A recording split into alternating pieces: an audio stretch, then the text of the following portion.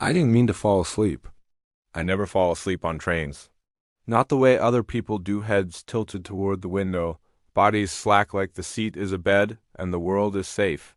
I'm the kind of person who counts stops, checks the time twice, keeps one hand around my bag strap like someone might steal my life in the 5 seconds my eyes drift shut. But that night I was exhausted in a way that felt physical, like my bones had weight and my eyelids were being pulled down by gravity. The station I boarded at was bright and ordinary.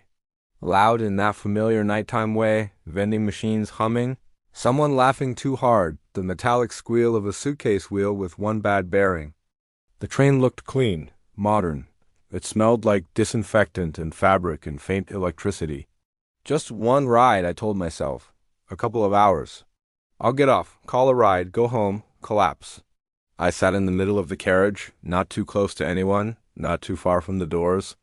Dark blue seats, fabric worn soft by thousands of commuters. Overhead lights buzzed gently. Outside the windows, the platform slid away as we moved and the world became streaks of orange lamps and black space. The carriage wasn't full. A woman with a shopping bag resting on her knees. Two teenagers sharing earbuds, whispering and grinning. An older man in a coat that looked too heavy for the season, sitting upright with his hands folded. Someone farther down with their hood up, face angled toward the glass. At the first stop, some people got off. At the second, a few got on. Everything normal. My phone buzzed with a low battery warning. I sighed, plugged it into a power bank, and watched the percentage crawl upward. I checked the route map above the doors just to reassure myself. My stop was marked in clear letters, 7 stations away. I could have done it with my eyes closed. That's probably why it happened. Somewhere after the third stop, the warmth of the carriage settled into my muscles. The sound of the wheels became a metronome. The gentle sway of the train worked like a lullaby you don't recognize until you halfway into sleep. I told myself I'd close my eyes for 1 minute. Just one. I leaned back. I blinked slowly. My gaze fell to my reflection in the window pale, tired, eyes rimmed with the kind of exhaustion that makes you look like a stranger. And then there was nothing. No falling sensation. No dream. No gradual drift. Just a cut, like someone edited time. My eyes opened. The carriage looked the same at first. Same pale lights, same blue seats, same humming. But something in the air felt altered, heavier, colder. I sat up and checked my phone. No signal, not unusual in tunnels, I thought until I saw the time. It was later than it should have been. Not by a few minutes. My stop should have happened 20 minutes ago. I frowned, the sleep fog draining away in a rush. I checked the route map again as if it might have changed while I slept. It hadn't. The digital sign above the doors, the one that usually cycled the next stop and polite warnings, was blank, a black screen reflecting the overhead lights. I looked around. The woman with the shopping bag was still there, but the bag was now on the floor, tipped slightly, apples visible through a torn corner. She stared straight ahead without blinking. The teenagers were still together, but they weren't whispering. Their heads were tilted toward each other like they'd fallen asleep mid-laugh, but their eyes were open, unfocused. The older man in the heavy coat sat upright with his hands folded, staring forward like the train was a church and he was waiting for a sermon. I swallowed. "Hey," I said, softly, not to anyone in particular. "Excuse me?" No one reacted. I tried again, louder. "Is this the right line? Did we skip a stop?" Nothing. It wasn't that they were ignoring me. It was worse. It felt like they couldn't hear. Outside the windows there was no city glow. No passing buildings. Just an endless black tunnel. The kind that shouldn't exist between stations on a route that ran through populated neighborhoods. I stood up slowly, gripping the top of a seat because the sway suddenly made me feel unsteady. "Sir?" I said to the older man, leaning closer. "Are you okay?" He didn't blink. I waved a hand in front of his eyes. Nothing. Up close his skin looked too still, not pale, not sickly, just motionless, like wax that had cooled. My heart began to pound. I forced myself to breathe and move toward the connecting doors to the next carriage. The sound of my footsteps felt amplified, the rustle of my jacket, my own breathing, the soft mechanical sigh as the doors opened, The next carriage was colder, almost empty. Two people sat far apart, both upright, both eyes open, both staring forward. A newspaper lay open on a seat. The pages didn't flutter, not even when the train swayed. I stepped closer. The headline read, "The last stop has been removed." I blinked. That didn't make sense. Below it, smaller text ran in columns, except the words didn't quite form sentences. They were almost sentences, like language trying to imitate itself. Passengers are advised to remain seated until, do not attempt to exit at no station name. Just blank space. I looked up sharply at a woman seated near the newspaper. Short hair. A scarf wrapped around her neck. Her eyes were open. "Can you tell me what's going on?" I asked. Her lips didn't move. But her throat did. A small swallow, a tiny glitch of life. Hope surged through me. "Hey," I said. "Quieter. Can you hear me?"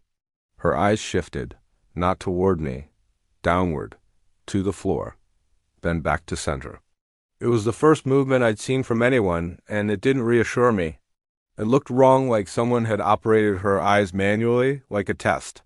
I backed away and noticed the emergency equipment mounted on the wall, a small red lever behind glass, the stop handle. My fingers hovered near it. Some part of me still believed in rules, in consequences, in how trains work. Then I thought about my stop, already missed, and the blank sign and the headline. I broke the glass. The sound was sharp and violent. It rang through the carriage. For the first time, something changed. Several heads turned at once. Not fully, not like startled people, just enough. In the previous carriage, I could see the teenagers, the older man, the woman with the apples. Their heads pivoted in unison toward the sound, like a flock of birds responding to a sudden noise. My stomach dropped. I grabbed the red handle and yanked. Nothing happened. No alarm. No deceleration. The train didn't even shudder. The lever moved easily, like it wasn't connected to anything. Like it was a decoration. I stared at it, heart hammering. And I heard footsteps. Not mine. From behind me, slow, measured. A rhythm that matched the train's sway, like whoever was walking knew exactly how to move with it. I turned.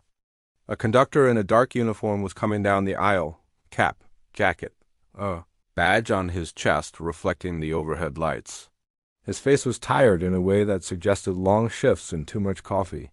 He stopped a few steps away and looked at the broken glass. Then the useless lever, the knee. "You shouldn't do that," he said. His voice was calm, not angry, almost gentle. Relief hit me so hard my knees went weak. "You can talk," I said, breathless. "Thank God. Listen, I fell asleep and I missed my stop. The sign is blank and these people," I gestured. "They're just sitting there. There's no signal and the train isn't stopping. What is this?" The conductor didn't answer right away. He glanced around the carriage like he was counting something only he could see. "What stop did you want?" he asked. I told him. The name sounded normal in my mouth, familiar. His expression didn't change, but something in his eyes dimmed. "That stop," he said quietly, "is behind us." "I know," I snapped. "That's the point. So when is the next one? Can you stop the train? Can you call?" He raised a hand and I stopped talking. "No one can stop it," he said. "Not like that." "What do you mean, not like that?" I demanded. He looked at the passengers with their open eyes and frozen bodies. "They didn't ask to get off," he said. "They're asleep," I said, "or something." "No," he said. "They didn't ask." When the doors opened, they stayed seated. When the station came, they stared at the floor. When the announcement played, they listened and did nothing. Why would they do that? I whispered. "Because they thought there would be another stop," he said. "A better stop, a safer stop. One that felt more convenient." He leaned slightly closer.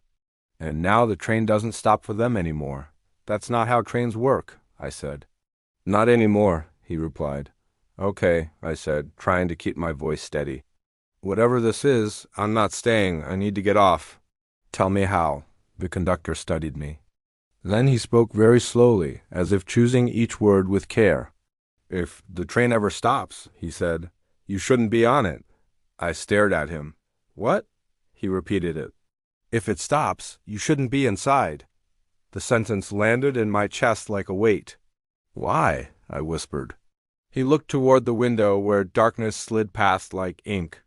Because the stops it makes now, he said, aren't meant for living passengers. My mouth went numb. Before I could respond, he added, sit down, stay calm, don't pull things. Don't wake them, and don't look too long at the reflections. Reflections? I asked, but he was already moving away, disappearing through the connecting doors with the same measured footsteps. I stood there, staring after him, then backed into a seat and sat, trembling. I tried to focus on facts. I was on a train. It was moving. I could feel the vibration under my feet. My phone had no signal. The signs were blank. The passengers were wrong. The train kept moving. Minutes passed. No announcements. No slowing. No stops. Just endless forward motion. At some point I noticed a sound I hadn't noticed before. Not the wheels. Something else. A faint whispering, like distant voices muffled by walls. It came and went, rising when the train swayed, fading when it straightened. I leaned toward the window and tried to see outside. At first there was only darkness. Then, gradually, shapes. Lights, far away like candles in a field. The tunnel ended. We weren't underground anymore. We were moving through open night across a landscape I didn't recognize. No city, no highway. Just empty land dotted with small lights that flickered like they were being carried by hand. The lights weren't street lamps. They moved, slowly, irregularly, like people walking. I pulled back from the window, remembering the conductor's warning. Don't look too long at the reflections. I glanced at the glass anyway. My reflection stared back at me, pale and wide-eyed. But behind my reflected shoulder, the carriage looked different. The seats behind me were arranged the same, but the light above them was dimmer, the colors muted, the shadows deeper. And the passengers in the reflection, they weren't still. They were moving. Small motions, twitching fingers, heads tilting, shoulders rising like breaths. In reality, when I turned my head, they were frozen. I looked back at the reflection. One of the reflected passengers lifted his head slowly and turned his eyes toward me. Aware, my blood went cold. I snapped my gaze away and stared at the floor, heart hammering. I forced myself to breathe in slow counts, in, out. I needed a plan. The stop handle didn't work. The conductor said no one could stop it like that. So what could I do? I stood and moved toward the doors again, carefully, making as little sound as possible. The passengers didn't react now. Their heads stayed forward. I pushed into the next carriage. Colder again. The lights here flickered faintly, like the electricity was unstable. At the far end, I saw the conductor standing near a closed door marked authorized personnel only. I hurried toward him. Listen, I said, trying to keep my voice from breaking. You need to tell me how to get off. You're still thinking like this is a regular route, he said. It is a regular route, I snapped. It's a train. It was, he said. A long time ago, you said something about stops not existing. Some stations close, he said. They get demolished, renamed, rebuilt, forgotten, routes change. Lines get cut. That's normal, and some stops, he said quietly, are removed in a different way. My skin prickled. Who's driving? I asked suddenly. Where's the operator? Someone has to be controlling it. The conductor's gaze flicked to the authorized door. I wouldn't go in there, he said. Why? I demanded. Because it's empty? Because you don't want me to see the trick? His eyes sharpened. Because if you see what's missing, you might not be able to convince yourself you're still on a normal train. I stepped toward the door anyway. My hand reached for the handle. The conductor didn't stop me. He only said softly, if you open it, don't speak. And don't answer if something speaks to you first. My hand froze. I swallowed hard and pulled the handle. The door opened with a hiss of stale air. Inside was a narrow corridor leading to the front. Panels, switches, dim screens glowing. And beyond that, the driver's seat. Empty. No operator. No engineer. But the controls were active. Lights blinking. Screens alive. A lever gently vibrating as if an invisible hand rested there. The train swayed, and for a moment the empty seat looked like it shifted, as if someone unseen adjusted their posture. I slammed the door shut and stumbled backward. "This is impossible," I whispered. The conductor nodded once. "Yes," he agreed. I pressed my back to the wall, trying not to hyperventilate. "Okay," I said, forcing the word out. "So what is this? A dream? Gas leak? Hallucination?" "It's not a dream," he said. "Then explain it." He hesitated, then spoke like someone reciting a truth he didn't want to own. "Trains are about transitions," he said. "Leaving one place, arriving at another. People step on, step off. They measure their lives in stops." I stared at him, confused by the calmness of his tone. "And sometimes people miss the moment they were supposed to leave," he said. "Like falling asleep." "That's one way," he said. "Another is fear. Another is telling yourself you'll get off later." He glanced back toward the frozen passengers. "They wait for a better time," he said. "A safer platform. A station that feels right." "And then?" I whispered. "And then the line changes," he said. My throat tightened. "Punishment?" "No," he said. "Consequence." "So how do I get off?" I asked, barely audible. "You need the train to stop," he said. "You told me if it stops, I shouldn't be on it, for most people," he said. "Yes." I stared at him. "But not for me? You're still moving," he said. "They're not." "I don't understand." "You still ask questions," he said. "You still notice. You still fight. Which means you might still be able to leave." My chest hurt. "How?" "When it stops, you must leave immediately," he said. "Do not hesitate. Do not look back. And whatever you do, do not step onto the platform if you recognize it too well." "What does that mean?" "It means some platforms aren't destinations," he said. "What are they then?" His eyes held mine. "Traps." I wanted to scream. I wanted to run down the train, smash a window, jump into the darkness. But the rational part of me knew I couldn't. Not if the outside world was even real. So I sat. I tried to stay calm. Time stretched. The motion became hypnotic. The hum, the sway, the wheels my body kept trying to sink back into it. I hated myself for feeling my eyelids grow heavy. I slapped my cheek hard enough to sting. "Stay awake," I told myself. "Stay awake." The train's motion changed. The vibration softened. The sway grew gentler. We were slowing. The overhead sign flickered. For a moment, it showed one word. Soon, the train slowed more. The passengers didn't react. But in the window reflection, they did. They shifted like they were waking. Some of them smiled. I snapped my gaze away. The train eased to a stop, the brakes whispering like a sigh. The doors clicked, unlocked. They opened. Cold air rushed in, carrying a smell like damp earth and rust. Outside was a platform, barely lit, no sign, no benches. Just concrete and darkness. The conductor appeared behind me.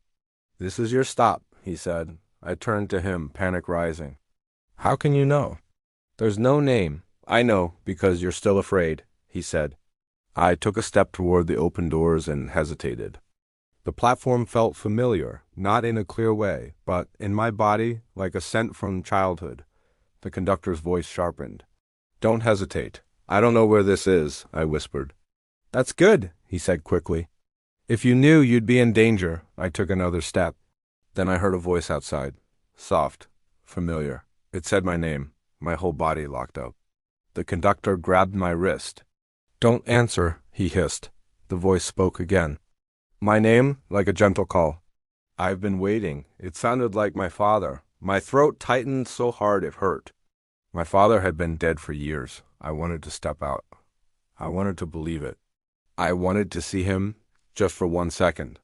The conductor's grip tightened painfully. "Look at me," he whispered harshly. I forced my eyes to his. "That voice is not your father," he said. "How do you know?" I whispered. "Because it knows what you want," he said. "And it's using it to keep you here." Outside, the voice laughed softly. Not my father's laugh. Something else. Something trying to imitate warmth and failing. The voice changed. It became my own voice, my exact voice. "Stay," it said gently. "Just for a minute. You're tired. Sit down." My blood turned to ice because it sounded like me on the edge of sleep, like me lying to myself, like me telling myself I closed my eyes for 1 minute. The conductor shoved the door button. The doors began to close. The platform outside darkened as if the lights were being pulled away. The voice screamed, not in words, but in a sound that scraped the inside of my skull like metal on glass. I clamped my hands over my ears. The doors sealed shut. Silence fell. The train jolted. We started moving again. I collapsed into a seat, trembling violently.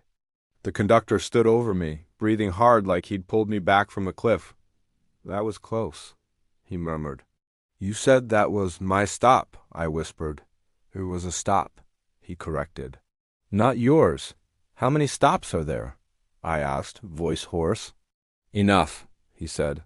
I stared at the frozen passengers. "Why don't they move?" I asked. "They already left," he said quietly. "Their bodies are here," he added. "Their attention is not." I felt nauseous. "They're stuck," I whispered. The conductor nodded. "They're looking at the platform in their minds," he said. "Over and over. And that keeps them here," I said.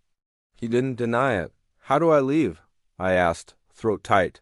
"You need a stop that doesn't try to convince you," he said. I frowned. "What does that mean?" "A stop that doesn't know what you want," he said. "How do I find that?" "You keep refusing," he said. "Refusing comfort, refusing familiarity, refusing the easiest explanation, refusing the voice that tells you to sit down. So I just keep saying no," I whispered. "Yes," he said. The train kept moving. Outside, the landscape changed, sometimes darkness, sometimes distant lights. Once I saw a town with streetlights and houses, and I nearly screamed for help, but the town was wrong. The streets were empty. The lights were on, but nothing moved. Like a stage set built for no audience, I looked away. The conductor appeared now and then, always silent, always watchful. He never sat, never relaxed. At one point, the motion became soothing again. My eyelids drooped. I forced them open. I pressed my nails into my palm until it hurt. The train slowed again. The overhead sign flickered and displayed a station name. My hometown. My breath caught. The train stopped. The doors unlocked. They opened. Warm air flooded in. And I heard laughter, real laughter. I stood, shaking, and took one step toward the doors. The conductor was beside me instantly, hand on my wrist. "Don't," he whispered. "But it's—" My voice broke. "It's my hometown. That's why it's dangerous," he said. On the platform I saw people. My mother, younger than I'd seen her in years. Friends from school. A neighbor who used to wave from across the street. All smiling. All waving as if they'd been waiting for me. "Come on." Someone called. "You made it." My chest caved in with grief and longing. I leaned forward like gravity had shifted toward that warm light. Then I noticed the reflection in the door glass. My mother's face was wrong, just slightly. Her smile too wide. Her eyes too still. And behind her, the crowd moved not like people, but like waves, like something breathing through them. The voices outside began to change, drifting out of sync like a radio losing signal. "Come on," they said together. "You made it." Same tone. Same rhythm. My skin crawled. The conductor shoved the door button. The doors began to close. The crowd surged forward. Smiles stretching unnaturally. A wet, hungry sound rose from them, not words. The doors slammed shut. Silence. The train lurched and moved again. I sank into the seat, shaking, sobbing quietly. "That's the trick," the conductor whispered. I looked up at him. "What?" "It doesn't show you monsters," he said. "It shows you home." After that, the stops came in waves. Some offered warmth. Some offered familiar voices. Some offered silence so deep it felt like a hand on my throat. Each time the train stopped, the doors opened, and something outside tried to pull me out through comfort, through longing, through promises. Each time I refused, my will grew thinner, because every stop wasn't just a trap. It was a test. How long could you refuse what you wanted most? How long could you stay awake? How long could you keep saying no to the easiest answer? Eventually, the conductor sat beside me for the first time. His shoulders sagged like he'd been holding the holder on his back. "You won't be able to keep this up forever," I whispered. "No," he admitted. So what happens? He stared at the floor. Eventually you'll get tired, he said, and the train will offer you a stop you can't refuse. And then? I asked. And then you'll sit, he said softly. Like them. No, I whispered. There has to be another way. The conductor turned his head slightly, and for the first time he looked almost hopeful. There is, he said. What? You can leave at a stop that isn't for you, he said. That makes no sense. I know, he said. A real stop won't feel like a gift, he said. It won't feel like a reward. What will it feel like? It will feel like nothing, he said. And that's how you'll know it's real. The train slowed again. The overhead sign flickered, blank. The train stopped. The doors clicked. They opened. Cold air rushed in sharp, clean, smelling like snow and metal. Outside was an empty platform. No sign, no benches. One weak lamp far down buzzing like it might die any second. Concrete vanishing into dark. No voices. No familiarity. No warmth. Nothing. My breath caught. The conductor was beside me. This one, he whispered. How do you know? I asked, barely audible. He didn't answer. He just stared at the empty platform. I stood, legs trembling, and stepped toward the open doors. The cold air bit my face. I waited for a voice. Nothing came. The silence was complete. The conductor's voice came urgent and soft. Go, now! I stepped onto the platform. The concrete was solid. Cold through my shoes. Real. I took another step. Still nothing. Behind me, the train doors began to close. Panic surged and my body wanted to turn, but I remembered. Don't look back. I forced myself to stare forward into the darkness ahead. The doors closed with a soft hiss. The train began to move again. I heard it accelerating behind me, the sound fading into distance. I did not turn around. I stood frozen until the sound vanished completely, until the night swallowed it. Then I exhaled, and it came out as a shaky sob. I was alone on an empty platform in the middle of nowhere. Or maybe not nowhere? I looked around slowly. The lamp buzzed, flickered, held. The air smelled like winter. In the distance beyond the platform there were shapes trees, maybe. A road faintly visible. I walked down the platform toward the edge, expecting at any moment for something to call my name. Nothing did.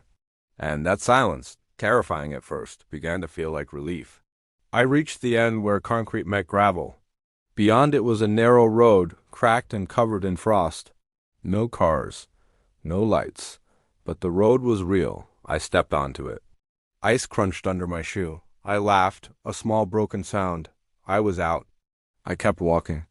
The lamp behind me flickered once, twice, then died, plunging the platform into darkness. For a moment fear surged. Then I realized the darkness wasn't swallowing me. It was just night, normal night. I kept walking. After what felt like an hour, I saw lights ahead, a small gas station, a building, a sign buzzing faintly. I ran. My lungs burned, my legs shook, but I ran. A man behind the counter looked up when I burst in, breathless, eyes wild like I was a ghost. Are you okay? He asked. I nodded too fast. I need a phone. He slid his phone across the counter without questions. My hand shook so hard, I almost dropped it. I dialed my mother's number. The call went through. When she answered, her voice was sleepy and annoyed, and so real it made my knees buckle. Hello? Mom, I whispered, tears spilling. I'm okay, I missed my stop. Where are you? She demanded instantly. I looked around, dizzy, and asked the man behind the counter where I was. He frowned and told me a town name I'd never heard. I repeated it into the phone. My mother went silent. Then, very quietly, she said, That town's been abandoned. My blood turned to ice. What? I whispered. It shut down years ago, she said. There's nothing there. I lowered the phone slowly and looked at the man behind the counter. He was watching me. His expression was neutral. Too neutral. The hum of the fluorescent lights above me sounded louder, harsher. The air felt colder. The man tilted his head slightly. And then, very softly, with a tired familiarity, he said, You got off. My stomach dropped. Behind him, in the dark window of the gas station, my reflection stared back. And behind my reflection, far down the road, I saw a line of dim lights approaching, not streetlights, not car headlights. A sequence of small lights moving in a straight line like a slow, patient creature. The man smiled, not monstrous. Just the way a conductor might smile when you finally understand the rules. He leaned forward slightly and whispered, "You shouldn't be here when it stops." I ran. I ran out into the cold night, phone still in my hand, my mother's voice shouting my name through the speaker. I didn't look back, I didn't stop. Because behind me, in the distance, I heard it, the soft, familiar sound of wheels on track, and I realized with hollow certainty that the train never stopped. Not really. It only changed where it could reach you. And for the first time, I wasn't sure which of us was left behind.